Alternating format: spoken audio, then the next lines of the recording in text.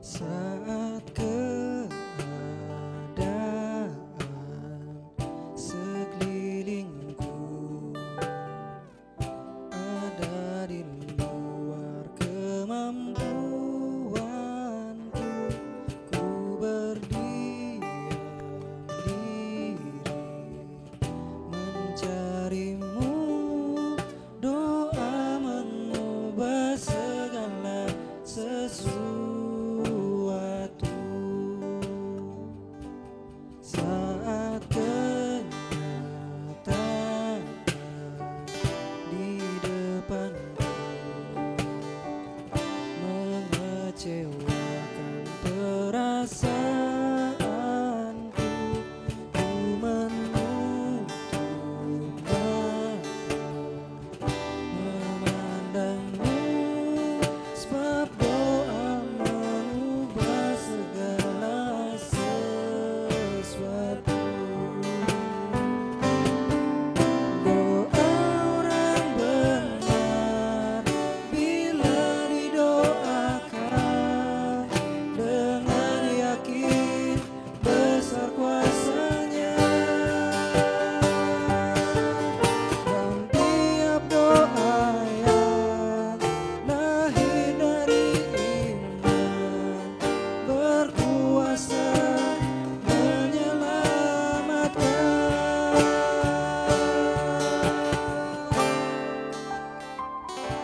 seperti mata air di tanganmu, mengalir kemanapun kau mau, tiada yang mustahil di matamu. Doa mengubah segala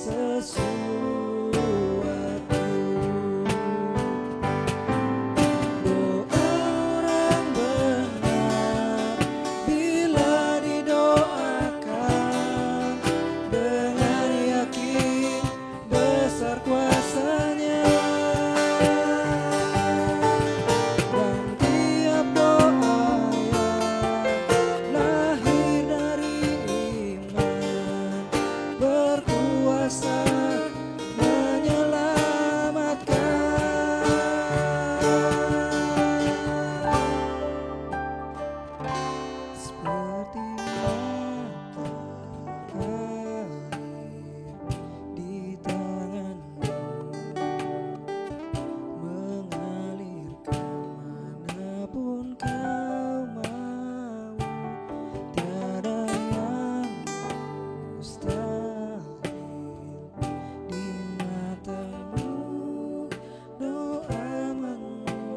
Segala sesuatu,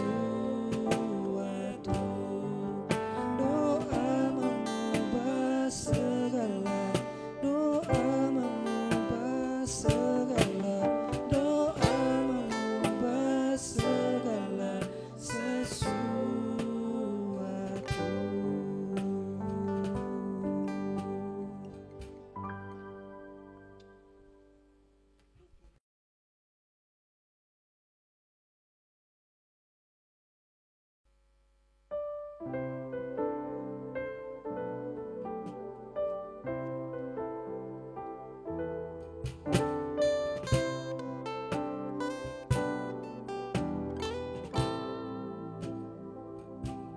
Saat keadaan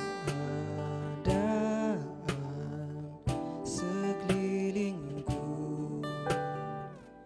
ada di luar kemampuanku, ku berdiam diri mencarimu, doa mengubah segala sesuatu.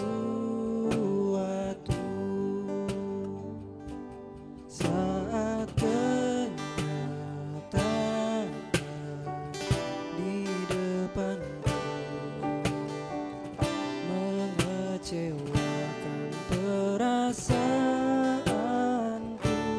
Ku menutup mata memandangmu, sebab doa mengubah segala sesuatu.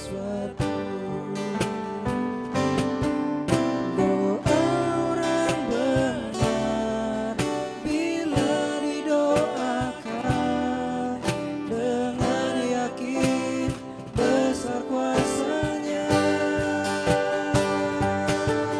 Dan tiap doa yang lahir dari iman berkuasa menyelamatkan.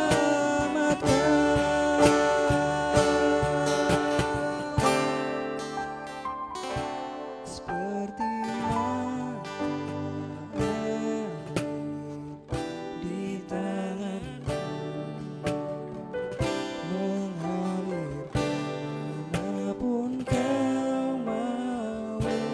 Tiada yang mustahil di matamu. Doa mengubah segala sesuatu.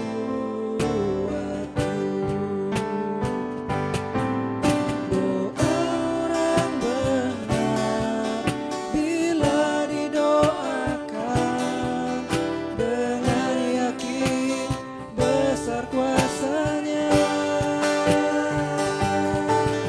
Dan tiap doa yang lahir dari iman berkuasa menyelamatkan.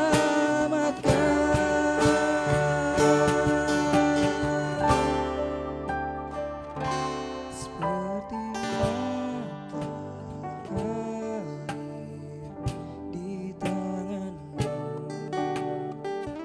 mengalir kemanapun kau mau. Tiada yang mustahil di matamu. Doa mengubah segala sesuatu. Doa mengubah segala. Doa mengubah segala. Doa mengubah segala sesuatu.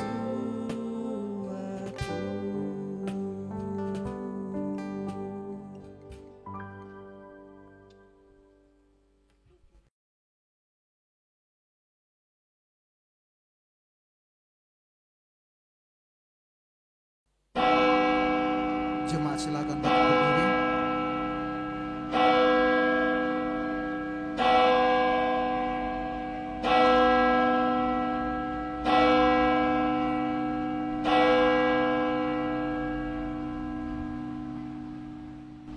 Shalom Bapak Ibu, salam damai sejahtera dimanapun Bapak Ibu dan Saudara berada.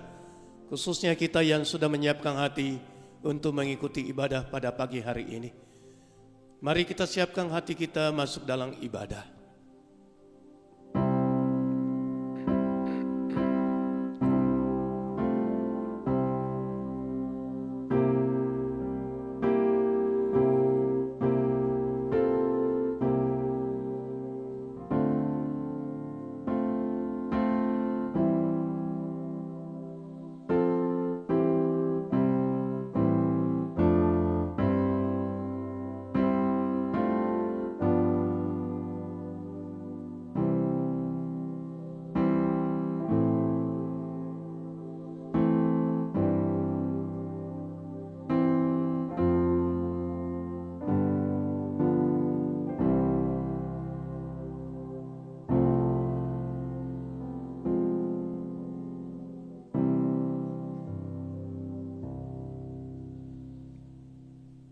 Kebaktian kita pada hari ini kita mulai dan alaskan di dalam nama Allah Bapa, Allah Putra dan Allah Roh Kudus. Ketiganya yang esa, kiranya kasih karunia dan damai sejahtera dari Allah Bapa dan Tuhan Yesus menyertai kamu sekalian. Amin.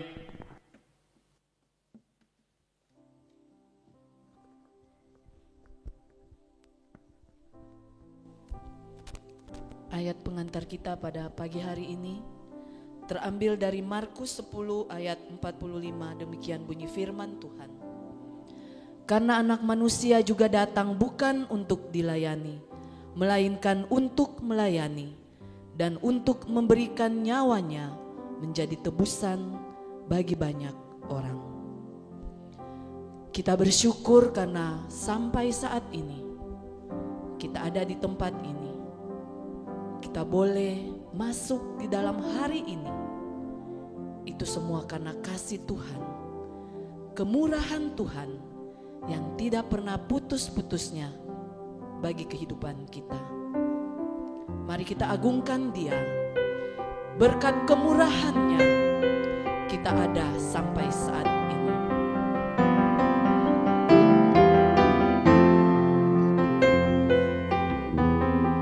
Kasih-Nya menghiasi hidup kita.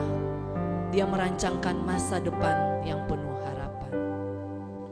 Kau hiasi kehidupanku dengan kemurahan-Mu. Kau rancangkan masa depanku penuh dengan harapan. Aku ada saat ini, semuanya karena kasih-Mu. Aku hidup hari ini, semua berkat kemurahan-Mu. Terima kasih Yesus, Engkau sangat baik, teramat baik bagiku. Kau hiasi kehidupanku dengan kemurahan-Mu. Kau hiasi kehidupanku dengan kemurahan-Mu. Kau rancangkan masa depanku penuh dengan harapan. Aku ada saat ini, semuanya karena kasih-Mu. Aku hidup hari ini, semua berkat kemurahan-Mu. Terima kasih Yesus, Engkau sangat baik, teramat baik. Aku ada saat ini,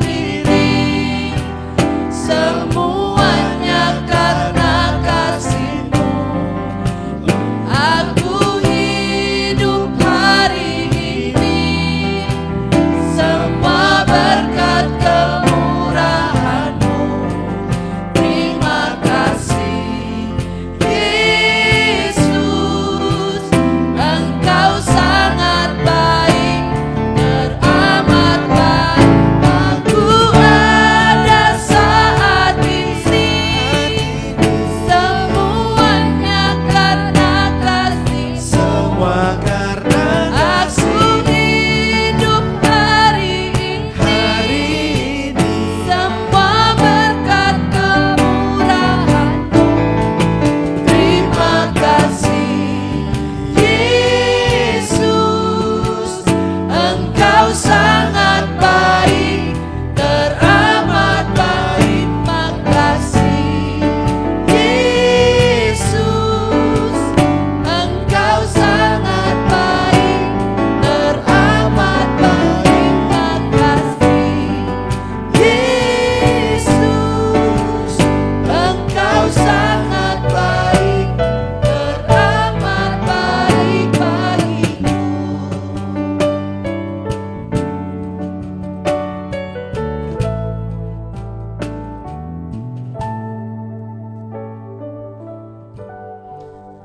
Tuhan Yesus, terima kasih. Terima kasih untuk kasih-Mu. Engkau begitu baik dalam kehidupan kami. Kami yang tidak setia, kami yang sering mendukakan hati-Mu, tetapi Engkau begitu setia bagi kami. Terima kasih Tuhan, terima kasih. Kami datang saat ini, kami rindu Tuhan. Kami mau diisi dengan kebenaran firman. Biarlah Engkau mampukan setiap kami untuk boleh hidup seturut kehendak-Mu. Ampuni setiap salah dan dosa kami ya Tuhan. Sucikan dan kuduskan kami ya Bapa, sehingga kami boleh layak masuk di dalam hadirat Tuhan, masuk untuk menyembah Engkau lebih dalam lagi. Terima kasih untuk pengampunan-Mu ya Bapa. Terima kasih, Engkau begitu baik bagi kami. Kami menyerahkan ibadah kami dari awal hingga berakhirnya. Biarlah semuanya boleh jadi hanya di dalam nama Tuhan kami, Yesus Kristus. Haleluya. Amin. Berita anugerah kita pada pagi hari ini terambil dari Filipi 2 ayat 3. Dengan tidak mencari kepentingan sendiri atau puji-pujian yang sia-sia, sebaliknya hendaklah dengan rendah hati yang seorang menganggap yang lain lebih utama daripada dirinya. Kita akan tetap memuji Tuhan. Biarlah Roh Kudus yang ada di dalam hati kita yang akan tetap memberikan kita semangat di dalam melayani Tuhan, membangunkan jiwa kita untuk bekerja bagi Dia.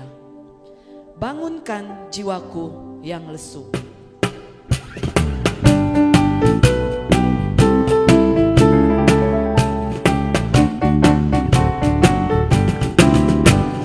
Kini ku datang kepadamu dan bersandar pada firman-Mu.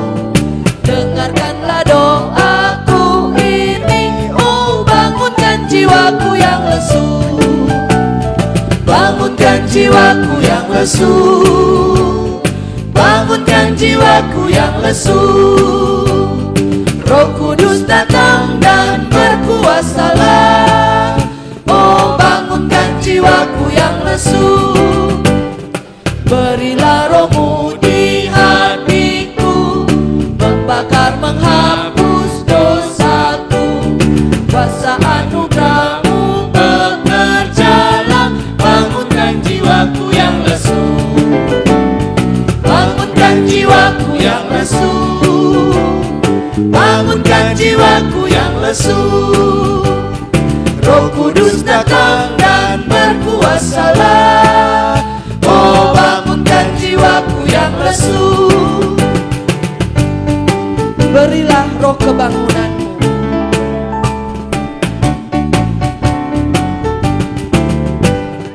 Berilah roh kebangunan-Mu, agar supaya ku senanglah. Beriku kuasa kemenangan, oh bangunkan jiwaku yang lesu. Bangunkan jiwaku yang lesu, bangunkan jiwaku yang lesu. Roh Kudus datang dan berkuasalah, oh bangunkan jiwaku yang lesu. Bangunkan jiwaku yang lesu, bangunkan jiwaku yang lesu. Roh Kudus datang dan berkuasalah, oh bangunkan jiwaku yang lesu. Kita akan mempersiapkan hati kita untuk masuk di dalam kebenaran firman Tuhan. Firman Tuhan pada pagi hari ini akan dilayani oleh Pendeta Stephen Tan dengan judul Melayani dengan Sikap Pelayan. Kita akan mengangkat pujian. Biarlah Pujian ini sungguh boleh membawa kita untuk memiliki hati seorang hamba, hati yang melayani Tuhan, hati yang sungguh peduli akan pekerjaan Tuhan, hati sebagai hamba.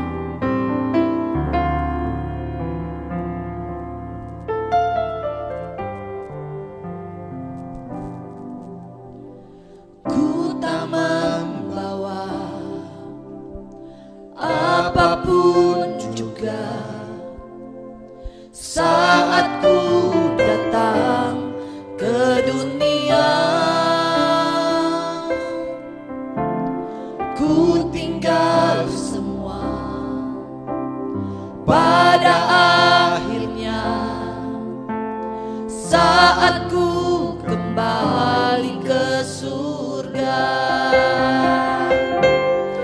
Inilah yang ku punya, hati sebagai hamba yang mau taat dan setia padamu Bapa.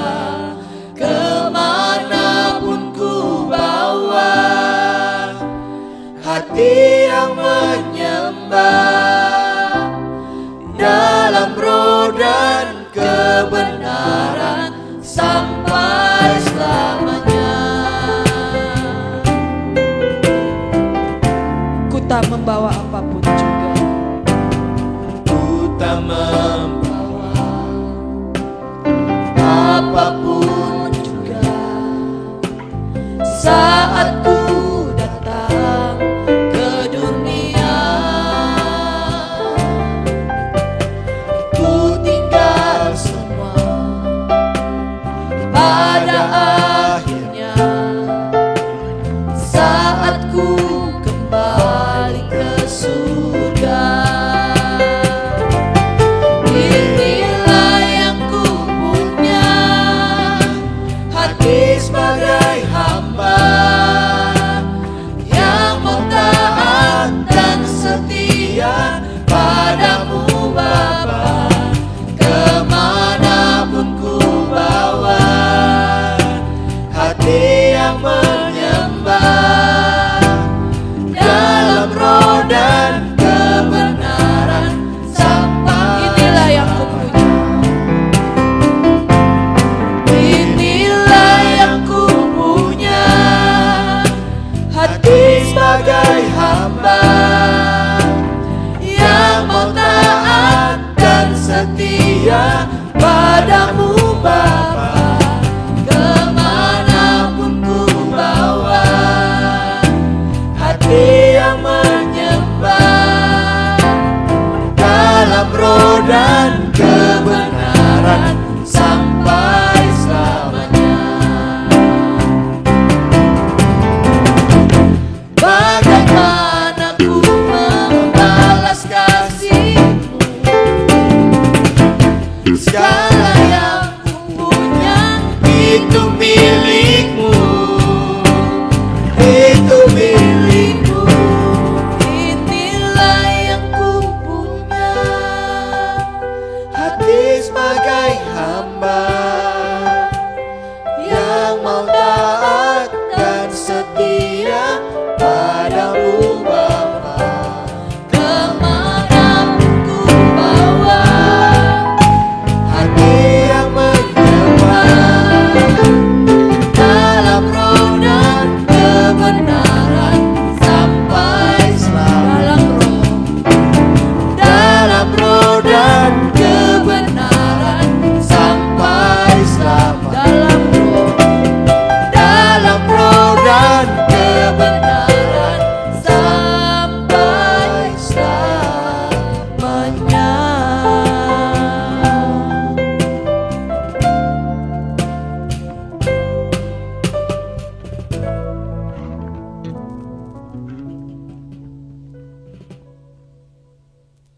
Baik Bapak Ibu, mari kita siapkan hati kita, mendengarkan sabdanya, kita masuk di dalam doa. Tuhan Yesus, berbicaralah dari hati ke hati, sapalah kami dengan firman-Mu, kuasailah seluruh akal budi dan hati kami ya Tuhan, untuk sungguh-sungguh waktu dan saat ini menyiapkan hati kami menjadi tanah yang baik untuk menerima sabda-Mu. Angkat segala gangguan, bahkan segala beban hidup kami yang begitu merintangi kami untuk menerima sabda-Mu ya Tuhan. Urapilah hamba-Mu, sehingga dia hanya menyampaikan apa yang Tuhan inginkan. Di dalam nama Tuhan Yesus kami berdoa. Amin. Shalom Bapak Ibu semua. Tema kita pada minggu yang terakhir di dalam bulan Juni ini adalah melayani dengan sikap pelayan. Melayani dengan sikap pelayan. Atau secara singkat pelayanan sebagai hambalah. Mari kita membuka Markus 10. Di dalam Markus 10 ayatnya yang ke-42 sampai 44. Jadi Markus 10 ayat 42 sampai 44. Kalau sudah menemukannya, mari kita membacanya bersama-sama. Markus 10, 42, 43, 44. Tetapi Yesus memanggil mereka lalu berkata, kamu tahu bahwa mereka yang disebut pemerintah bangsa-bangsa memerintah rakyatnya dengan tangan besi, dan pembesar-pembesarnya menjalankan kuasanya dengan keras atas mereka. Tidaklah demikian di antara kamu. Barang siapa ingin menjadi besar di antara kamu, hendaklah ia menjadi pelayanmu. Dan barang siapa ingin menjadi yang terkemuka di antara kamu, hendaklah ia menjadi hamba untuk semuanya. Karena anak manusia juga datang untuk dilayani, melainkan untuk melayani dan untuk memberikan nyawanya menjadi tebusan bagi banyak orang. Saudara adalah yang berbahagia yang saudara sudah membaca dengan kerendahan hati, merenungkan firman-Nya dan menerimanya dengan sepenuh hati. Saudara, hari ini dunia mengukur kebesaran, kesuksesan, bahkan ketenaran seseorang dengan kekayaan, kedudukan, status sosialnya, dan juga ketenarannya. Saudara Jack Ma yang pemilik dari perusahaan Alibaba, kita mungkin sudah mengenalnya. Seperti juga Lazada online dan lain-lain, banyak perusahaan online di Indonesia juga milik dia, saudara.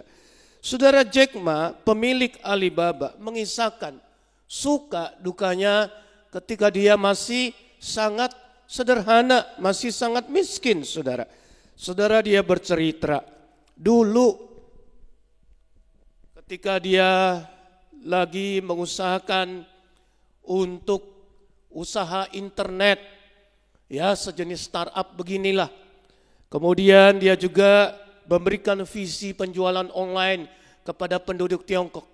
Tidak ada seorang yang menggubris dia. Padahal visinya benar, perkataannya benar, dan akan menguntungkan. Visi penjualan online akan membuka peluang ekonomi raksasa untuk negara Tiongkok, bukan? Saudara, tetapi tidak ada seorang yang percaya, tidak perkataannya tidak digubris sama sekali, apalagi dihargai. Padahal dia mengungkapkan kebenaran, saudara. Saudara, sekarang hari ini dia diundang kiri kanan, menjadi penceramah, menjadi bintang tamu di universitas top, business school di Harvard, di Princeton, di Universitas Yale, di perkumpulan-perkumpulan bisnis top beacon di seluruh dunia. Saudara, sekarang perkataannya didengar. Padahal dia akui, dia ngomong. Banyak perkataannya yang tidak benar, salah. Tapi didengar, diperhatikan, diambil, saudara. Saudara yang kekasihi dalam Tuhan Yesus. Makin kaya seseorang, makin tinggi kedudukan seseorang, makin bisa dia menguasai, makin bisa dia memerintah orang lain, makin bisa juga ada kemungkinan menindas orang lain. Bukan? Sebab itu Tuhan Yesus kita di dalam firman-Nya, sama sekali Tuhan Yesus tidak memakai konsep, nilai dan cara-cara dunia ini untuk melayani sesamanya. Saudara, di dalam Markus 10 ayat 42 dan 43, Yesus berkata begini, barang siapa ingin menjadi besar di antara kamu, hendaklah ia menjadi pelayanmu.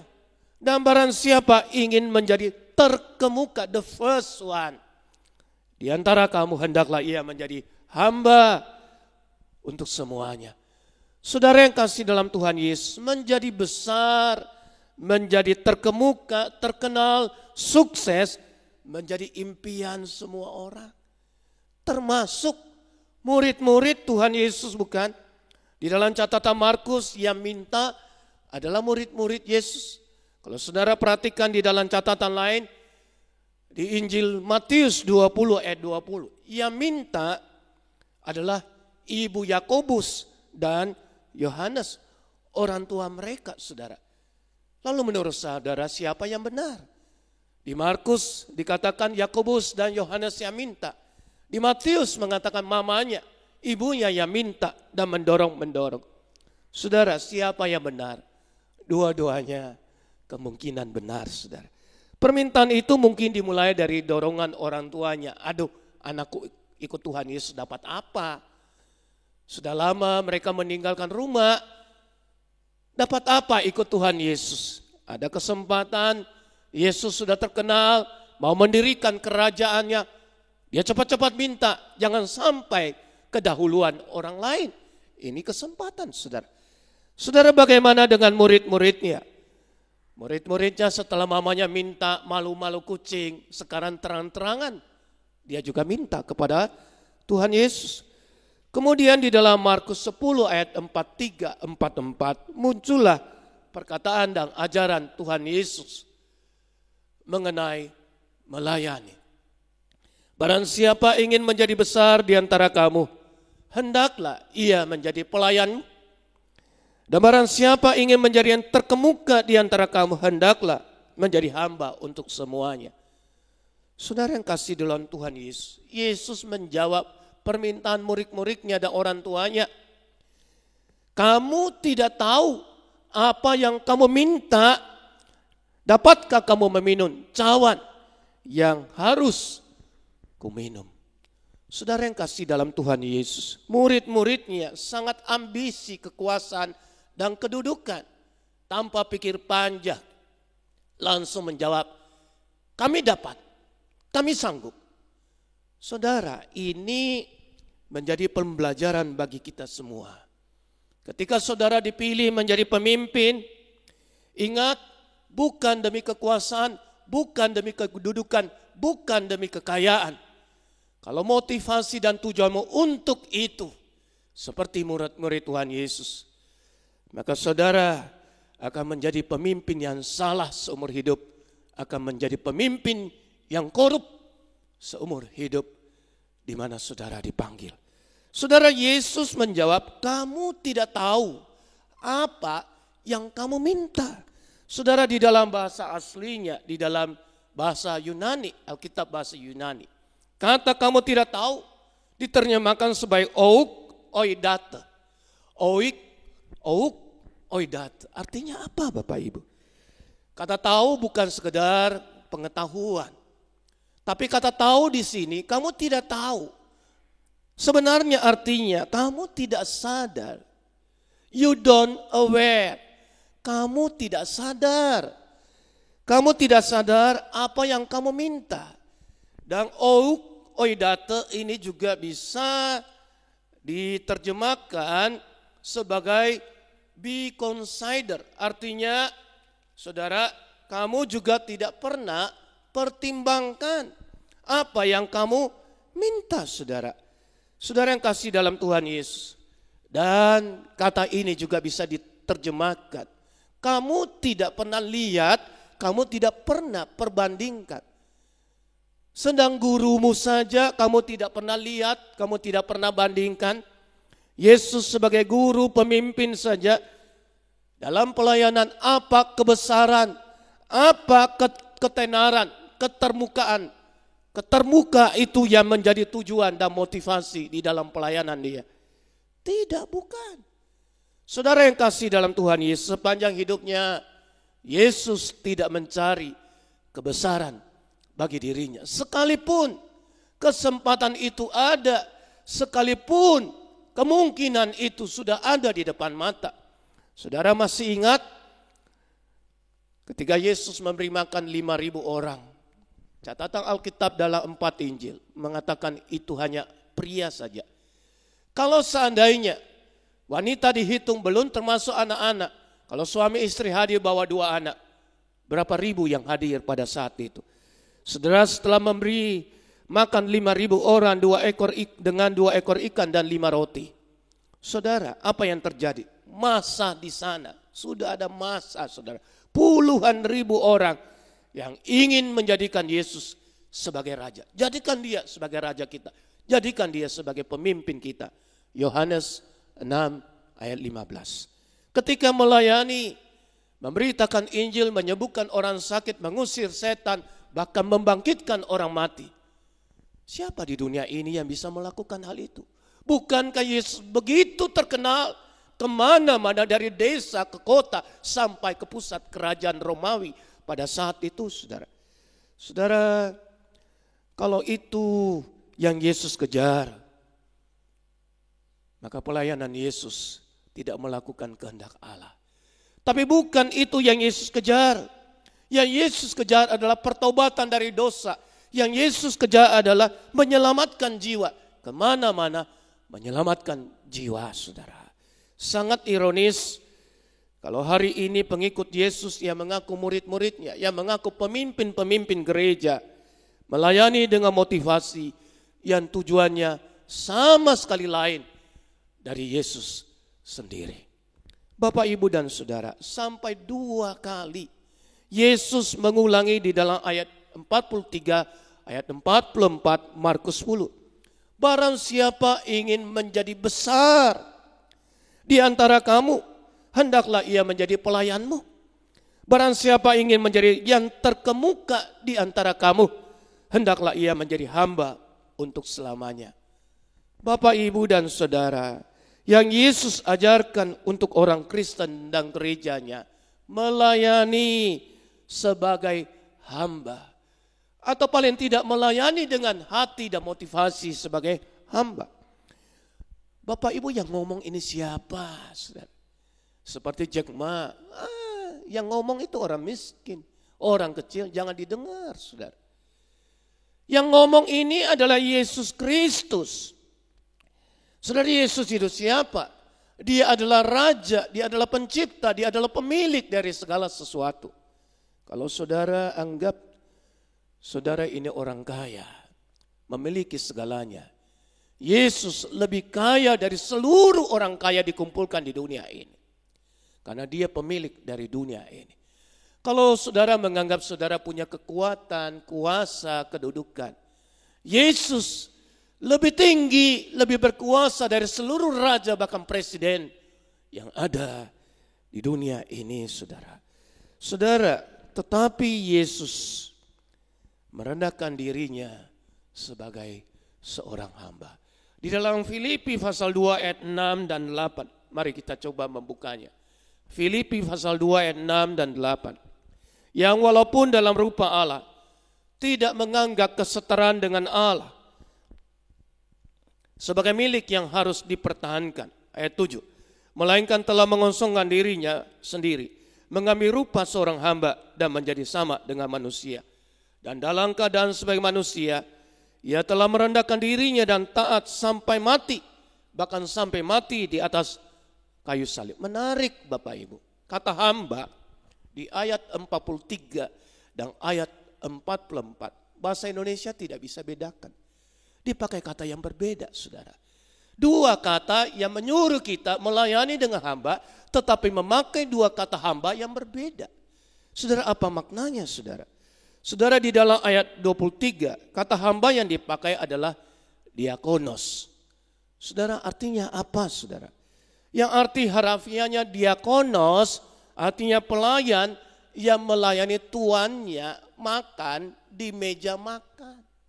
Diakonos itu adalah pelayan yang melayani tuannya, apa mau tuannya, makan sampai selesai di meja makan, Bapak Ibu.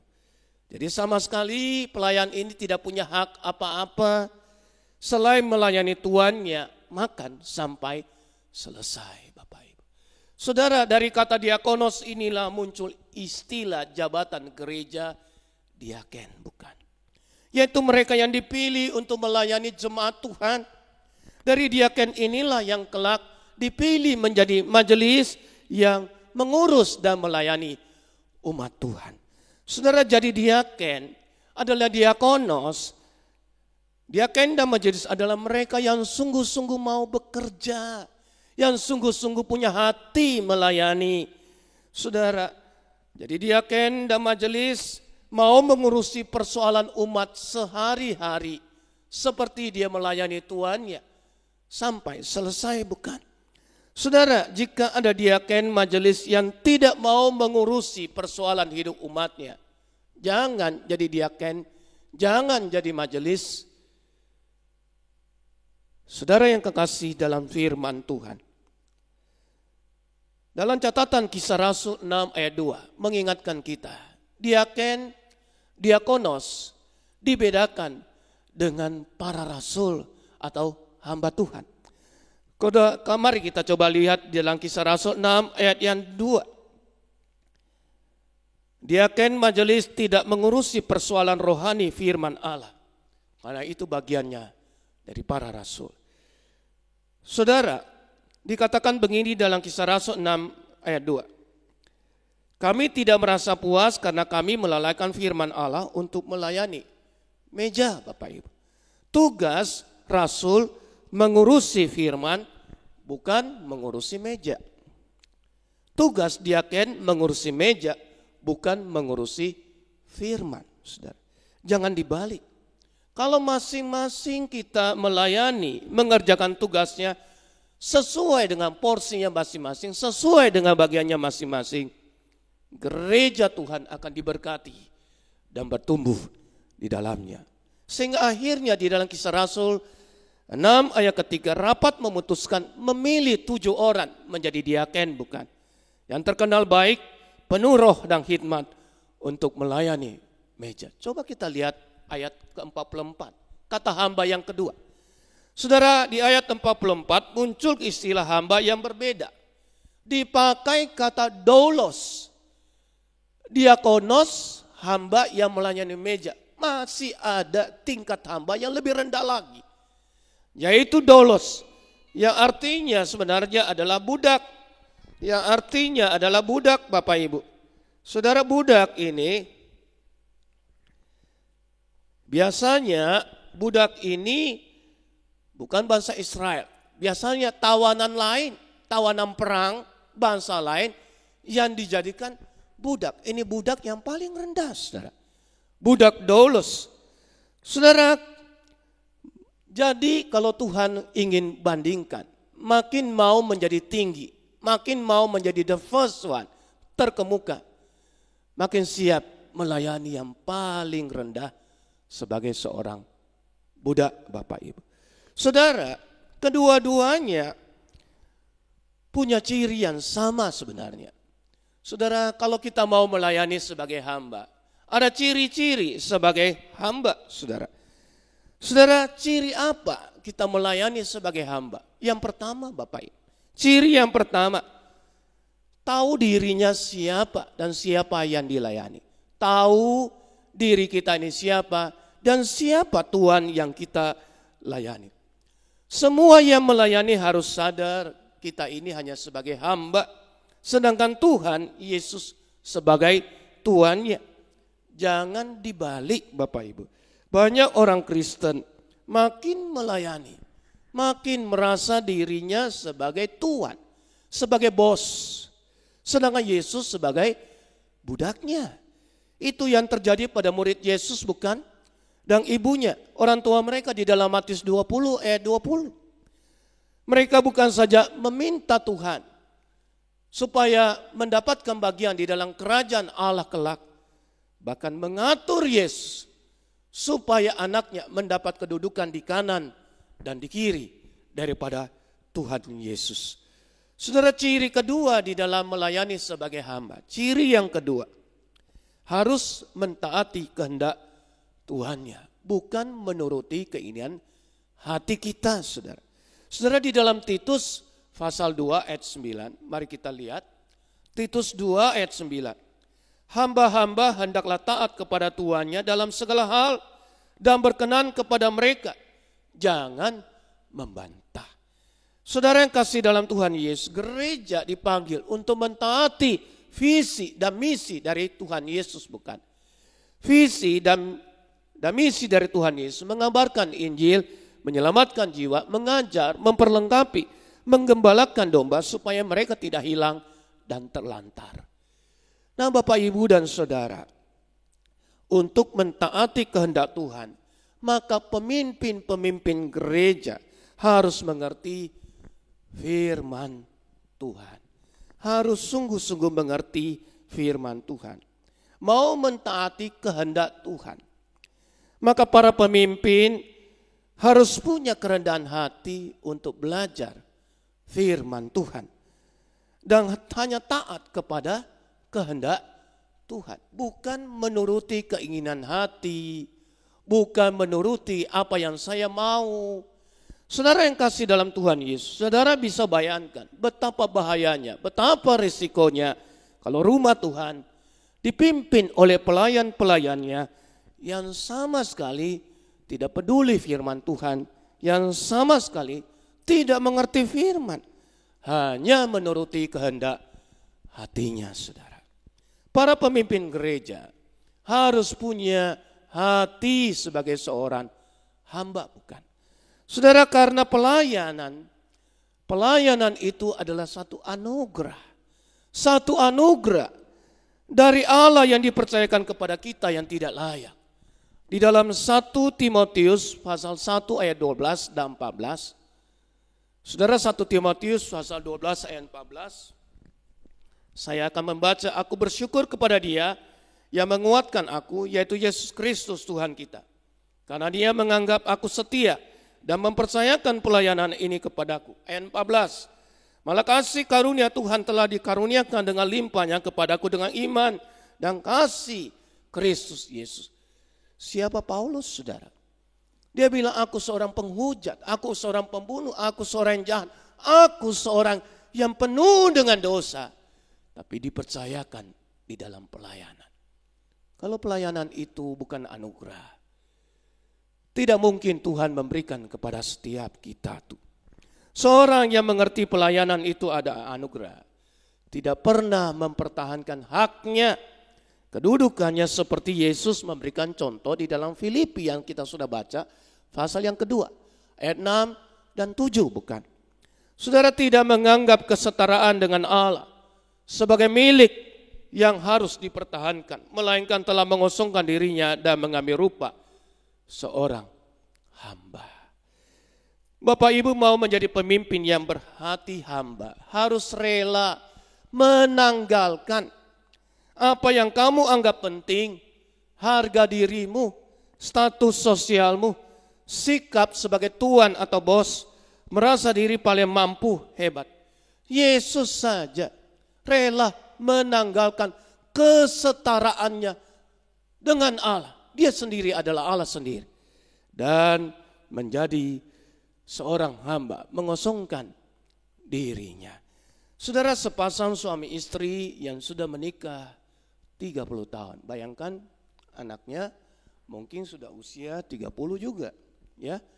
Jadi ini pasangan yang sebenarnya sudah sangat mapan di dalam hidup berumah tangga 30 tahun, saudara. Tapi masih sering ribut, saudara. Masih sering bertengkar. Satu hari istrinya itu enggak tahan. Dia ngomong begini sama suaminya atau papanya. Pak, ingat dulu ketika kita ini masih miskin, masih tidak punya apa-apa. Papa itu bekerja dengan rajin. Tapi Papa masih bisa bedakan siapa dirimu dan siapa kami.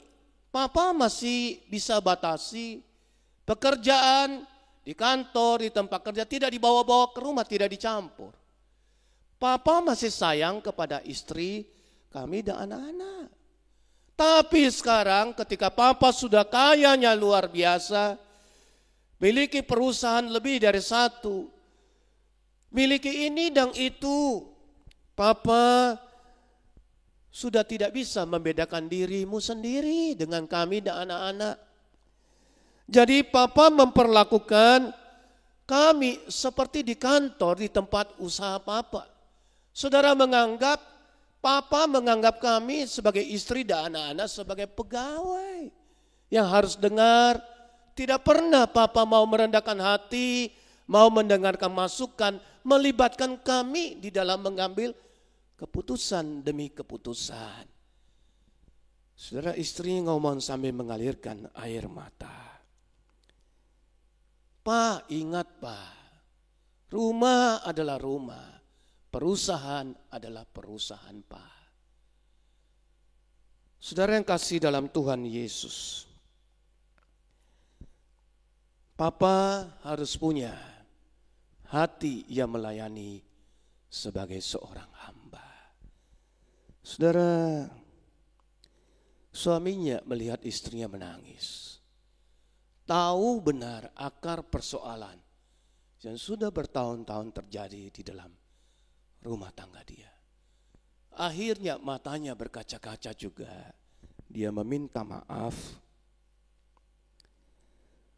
Dia mengaku salah. Dia mau berubah. Saudara, pelayanan sebagai hamba tidak hanya berhenti di gereja, bukan. Pelayanan sebagai hamba akan diteruskan di dalam segala bidang kehidupan. Supaya saudara dan saya bisa menjadi saksi Kristus yang menarik orang kembali kepada Tuhan Yesus. Yesus melanjutkan ayat berikutnya. Dapatkah kamu meminum cawan yang harus kuminum? Bapak Ibu, cawan apa yang harus Tuhan Yesus minum? Sangat ironis bukan? Ketika bicara dan meminta kedudukan kepada Tuhan Yesus. Padahal ayat-ayat sebelumnya, coba perhatikan di dalam Matius 20. Sebelum muncul ayat 20, ayat 17 sampai 19. Yesus sudah memberitakan tentang penderitaan dia untuk naik ke salib ketiga kalinya.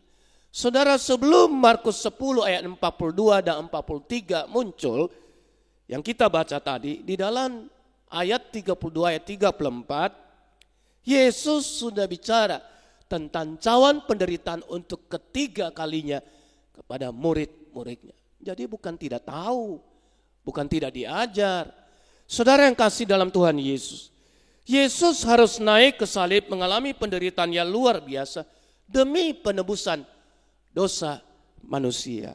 Saudara, puncak pelayanan Yesus sebagai seorang hamba nampak jelas dalam kematian Yesus di atas kayu salib. Saudara, waktu menjelang Paskah, biasanya prosesi gereja banyak melakukan acara-acara. Salah satu acara yang sering kali dilakukan adalah mencuci kaki orang lain. Saudara, prosesi ini baik sebagaimana Yesus yang mencuci kaki murid-muridnya. Mencuci kaki pada zaman Tuhan Yesus adalah pelayanan seorang dolos, seorang hamba, satu pelayanan yang paling rendah Bapak Ibu. Saudara, menjadi pemikiran kita dan perenungan kita. Apakah Yesus ketika menunjukkan teladan mencuci kaki Yesus sudah menunjukkan kerendahan yang begitu rendah, otomatis langsung bisa mempengaruhi murid-muridnya berubah menjadi pelayan yang memiliki hati seorang hamba. Saudara, ternyata tidak Bapak Ibu. Sudah melakukan, sudah memberikan contoh, sudah mengajar, sudah mengikuti Yesus begitu lama. Jawabnya tetap tidak Bapak Ibu. Sampai Yesus mati di atas kayu salib dan bangkit, baru mereka berubah Bapak Ibu. Dengan kata lain, seluruh pelayanan kita harus bayar harga melayani sebagai hamba. Butuh waktu, butuh pengorbanan, butuh kesungguhan hati. Karena semua yang kita lakukan, tindakan rohani, prosesi rohani, itu hanya alat bantu yang dilihat orang. Saudara yang kasih dalam Tuhan Yesus, tidak bisa mengubahkan diri seseorang. Hanya kematian dan kebangkitan Tuhan. Hanya orang yang mengerti secara mendalam Yesus sudah mati dan bangkit bagi dia yang bisa mengubah karakter, sifat, dan nilai hidup seseorang. Kalau Bapak Ibu bertanya kepada saya, kapan Pak kita bisa dirubah dan memiliki hati seorang hamba? Kapan Pak? Pertama, ketika saudara menyalibkan semua keakuan saudara di atas kayu salib, semua kesombongan saudara dibuang di salib Tuhan. Diubahkan semua bukan untuk aku, keakuan saudara, tetapi semua untuk Tuhan dan kemuliaannya. Dalam 1 Korintus 10 ayat 31 bukan? 1 Korintus 10 31. Saudara yang kedua, saudara dan saya harus mengganti semua tujuan hidup. Dan saudara harus sadar konsep hidup yang baru melalui penebusan Yesus Kristus. Saudara harus ingat tujuan hidup kita ini hanya sementara di dunia ini. Apa yang kita miliki, apa yang kita sedang banggakan, semuanya bersifat sementara. Markus 8 ayat 36, mari kita lihat kembali. Markus 8 ayat 36. Markus 8, 36. Apa gunanya seseorang memperoleh seluruh dunia tetapi ia kehilangan nyawanya? Yohanes 6 ayat 27. Yohanes 6 ayat 27. Bekerjalah bukan untuk makanan yang akan dapat binasa, melainkan untuk makanan yang bertahan sampai kepada hidup yang kekal yang akan diberikan anak manusia kepadamu. Sebab dialah yang disahkan Allah Bapa dengan materainya. Saudara dan saya harus bisa membedakan di dalam pelayanan nilai mana yang sementara, nilai mana yang kekal selama-lamanya. Saudara, di hadapan Allah seluruh harta benda, seluruh milik saudara, seluruh ciptaan nilainya hanya satu, angka satu Bapak Ibu. Dibandingkan dengan nilai kekekalan jiwa manusia yang nilainya tak terhingga. Satu berbanding tak terhingga. Satu berbanding tak terhingga Bapak Ibu. Saudara, kalau mata rohani kita sudah melihat seperti itu, barulah kita bisa melayani sebagai seorang hamba. Barulah saudara memiliki semangat melayani yang benar. Saudara, kita kebanyakan masih berbisnis, hidup dalam usaha, bukan? Saudara, kalau saudara dan saya disuruh memilih di dalam usaha bisnis untuk berjerih lelah bagi sesuatu yang bernilai satu, untuk pilih dengan yang bernilai kekekalan. Yang mana saudara perjuangkan mati-matian? Yang mana saudara ingin berjerih lelah memperjuangkan? Tentunya yang tak terhingga itu bukan. Bapak, Ibu, dan saudara, pelayanan yang berhati hamba bukan asal-asalan, bukan Bapak Ibu. Karena kita melayani untuk kekekalan, untuk nilai yang tak terhingga. Kita harus melayani dengan kualitas, kita harus melayani dengan ketulusan hati. Kita harus melayani dengan jerih payah, saudara. Sebab itu kita harus melayani pelayanan seorang yang berhati hamba. Melayani dengan sepenuh hati, sepenuh kekuatan, sepenuh akal budi, seluruh apa yang dimiliki diberikan untuk melayani Tuhannya. Saudara yang kasih dalam Tuhan Yesus, sebagai penutup saya ingin sedikit mengutip bagian budaya orang Tionghoa. Kemarin kita baru merayakan hari yang disebut Tuang Ucie. Ya, kalau tidak ngerti bahasa Mandarin, ya hari bacang lah. Ya, enggak ngerti sejarahnya juga enggak apa-apa, yang penting makan bacangnya yang enak, ya. Jadi makan bacang, saudara. Sejarahnya itu berasal dari seorang menteri yang punya kedudukan tinggi di dalam negeri Chu, di dalam dinasti kerajaan Chu. Dia seorang menteri yang sangat tulus. Dia menentang korupsi, Dia menentang ketidakbenaran. Dia menentang banyak hal yang tidak benar untuk pejabat-pejabat yang lain. Sehingga pejabat-pejabat yang lain tidak senang, ingin mengucilkan, menghabisinya. Dan dengan segala cara akhirnya melapor kepada kaisar dan memfitnah dia. Akhirnya kaisar membuat menteri yang bernama Qian. Ya cukup lama Bapak Ibu, 340 sampai 278 sebelum Masehi. Dia dibuang dari kerajaan. Dia tidak dianggap lagi sebagai menteri besar. Tapi toh dia masih tetap jujur, setia kepada negara Chu. Dia tulus melayani sebagai hamba sekalipun disalahpahami oleh banyak orang. Sampai matinya ketika kerajaan Chu yang dia sudah nasihati, hati-hati. Banyak pejabat korup yang ingin menghancurkan kerajaan Chu. Dan banyak penyusup yang punya motivasi yang lain dari kerajaan Qin. Akhirnya betul perkataannya terbukti kebenarannya. Negara Chu ditaklukkan habis oleh negara Qin pada waktu itu. Pada akhir hidup Qian, saudara, dia tetap setia. Ketika mendengar negaranya hancur dan ditaklukkan negara Qin, dia mengakhiri hidupnya dengan mati di dalam sebuah sungai. Saudara, dalam bungkusan nasi ketan yang diisi daging dan lain, orang buang ke sungai dengan harapan menteri yang baik ini jangan dimangsa oleh ikan-ikan di sungai.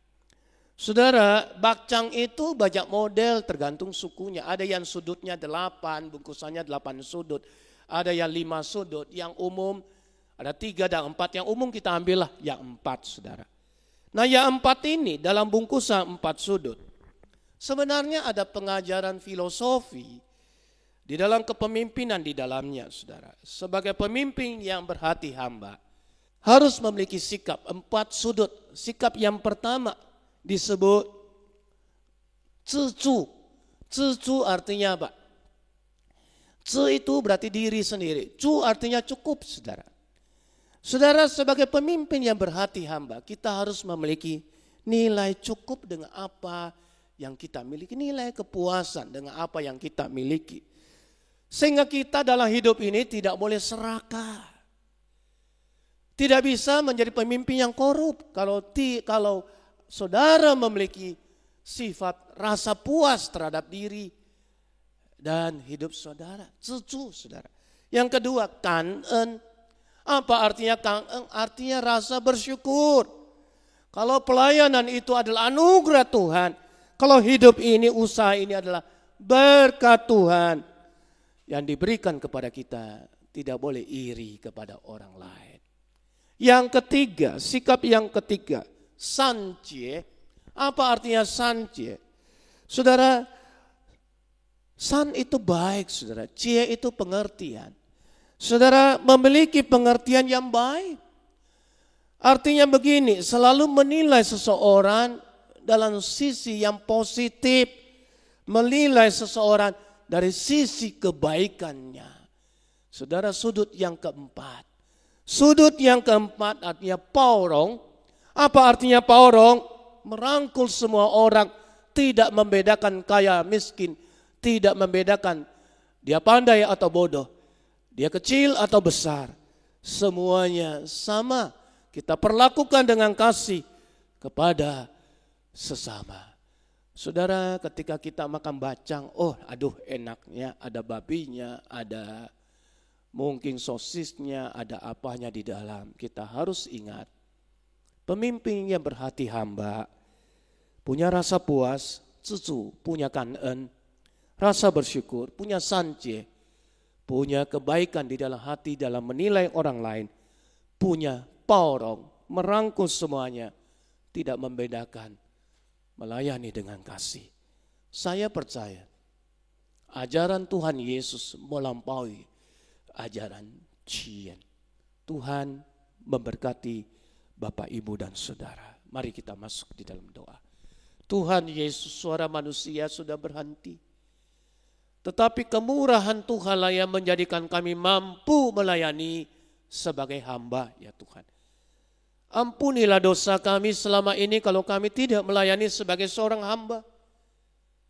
Kami mengambil, mencuri kemuliaan Tuhan, kami memegahkan diri. Tuhan ampunilah kami.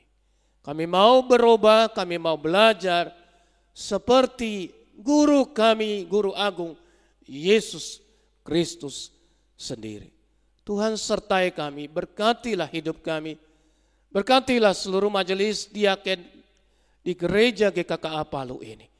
Berkatilah seluruh jemaat, berkatilah seluruh guru sekolah minggu, pemimpin, pengurus komisi.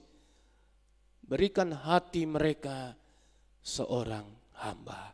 Di dalam nama Tuhan Yesus kami berdoa. Amin.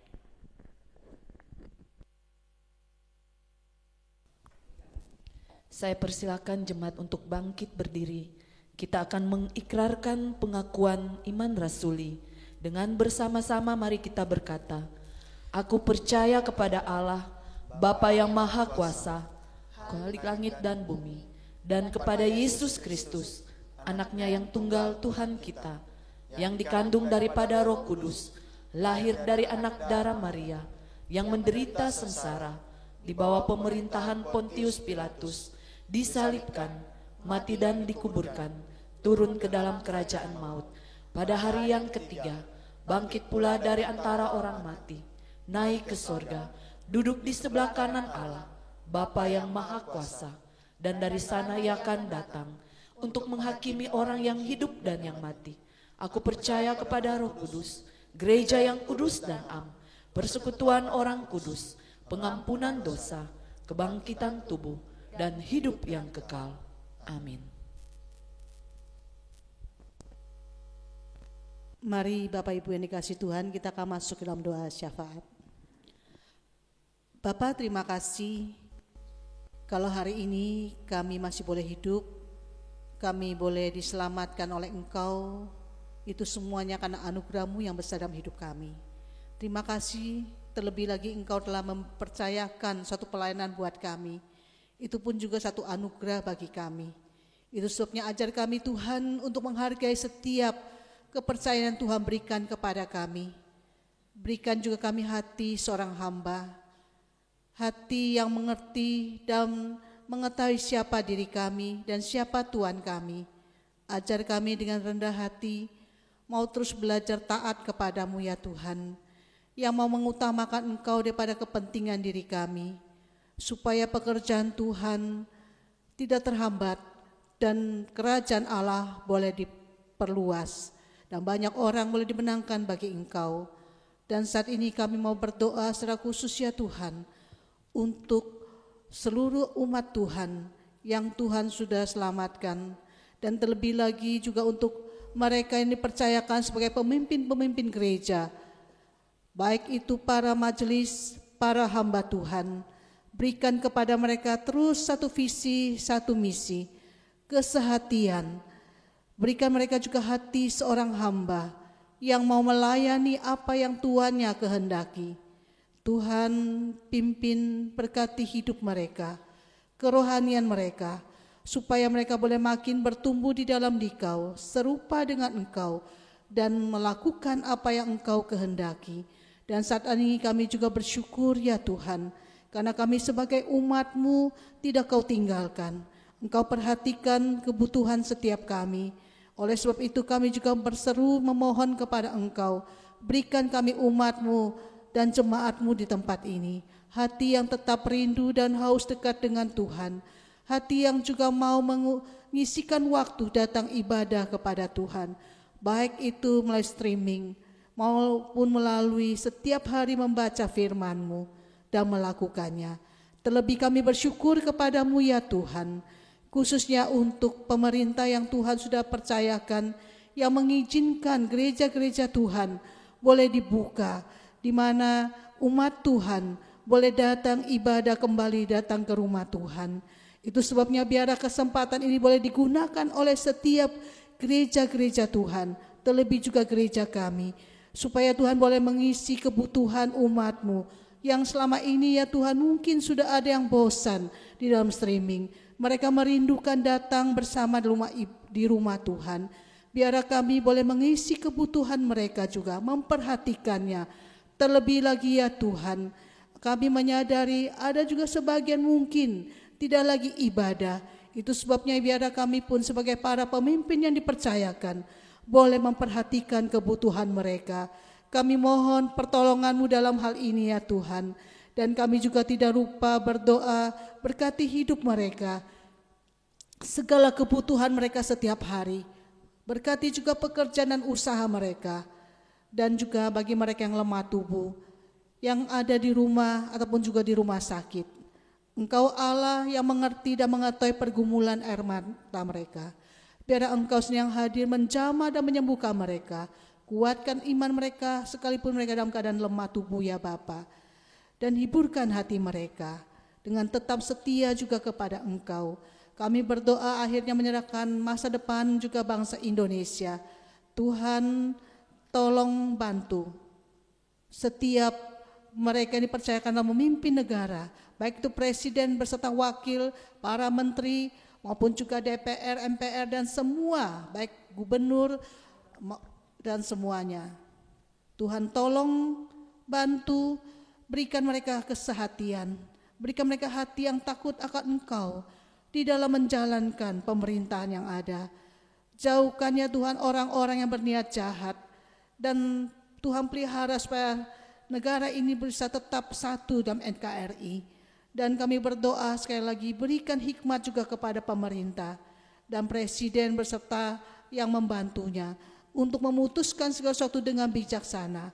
Dan juga terlebih ya Tuhan, kestabilan ekonomi politik, hukum dan sebagainya. Terlebih dalam kondisi COVID ini ya Tuhan, kami membutuhkan pertolongan Tuhan supaya bisa tertangani dan ada obat yang juga bisa cepat ditemukan. Tuhan tolong bantu juga para medis, dokter juga supaya mereka tetap diberikan kekuatan tubuh yang sehat, semangat di dalam mengasihi, di dalam melayani para pasien yang ada. Dan juga seluruh rakyat Indonesia kiranya diberikan kesadaran juga memperhatikan apa yang menjadi himbauan daripada pemerintah supaya ya Tuhan COVID ini bisa berkurang bukan semakin bertambah. Kami mohon pertolongan-Mu dalam hal ini ya Bapa. Akhirnya kami percayakan negara kami dan keamanannya dan semuanya di dalam tangan-Mu Yesus yang hidup. Amin. Saatnya kita akan memberikan persembahan kita. Sambil persembahan dijalankan, mari kita angkat pujian. Ku bersukacita kerja baginya.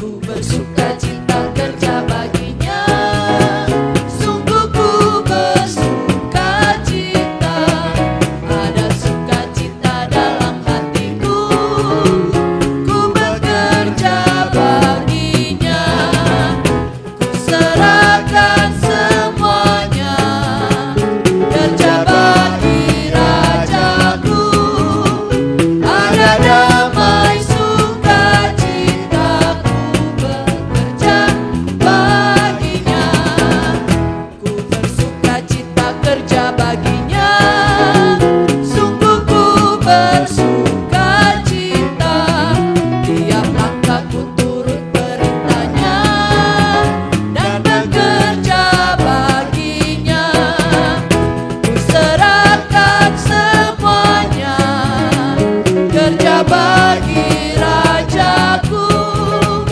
ada damai sukacita, ku bekerja baginya.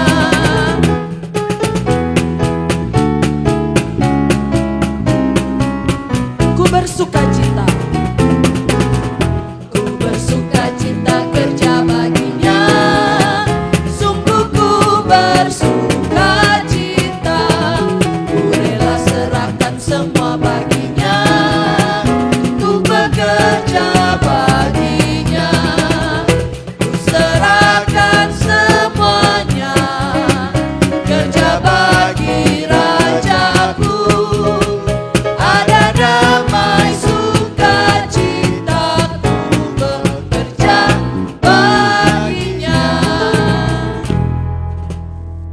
bersatu dalam doa.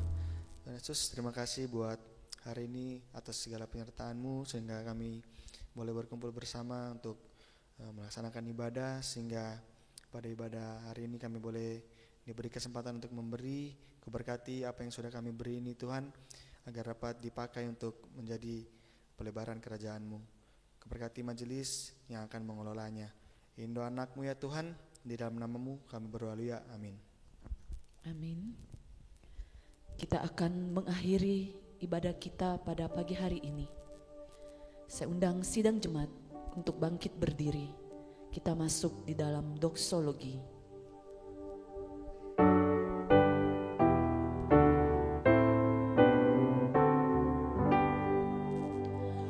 Puji Allah Bapa Putra, puji Allah Roh Kudus, ketiganya yang esa. Pohon selamat sumber berkat. Amin.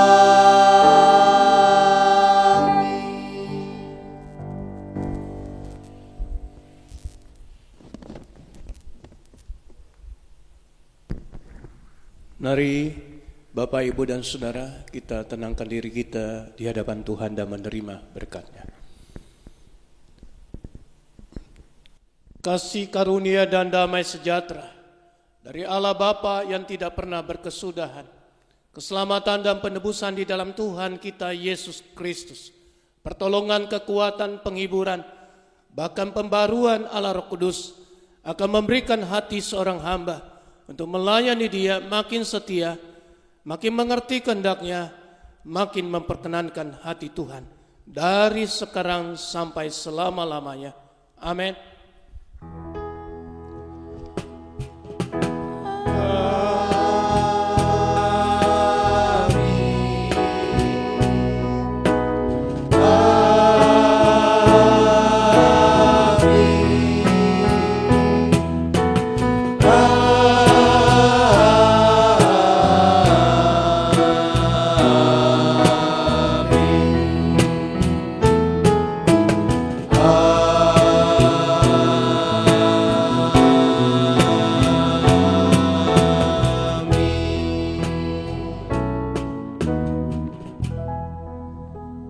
Silakan duduk, ibadah selesai, ambil waktu teduh.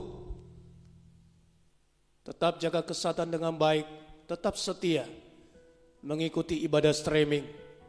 Kalau satu hari dibuka ibadah fisik, mari kita setia datang mencari hadiratnya. Tuhan memberkati saudara. Amin.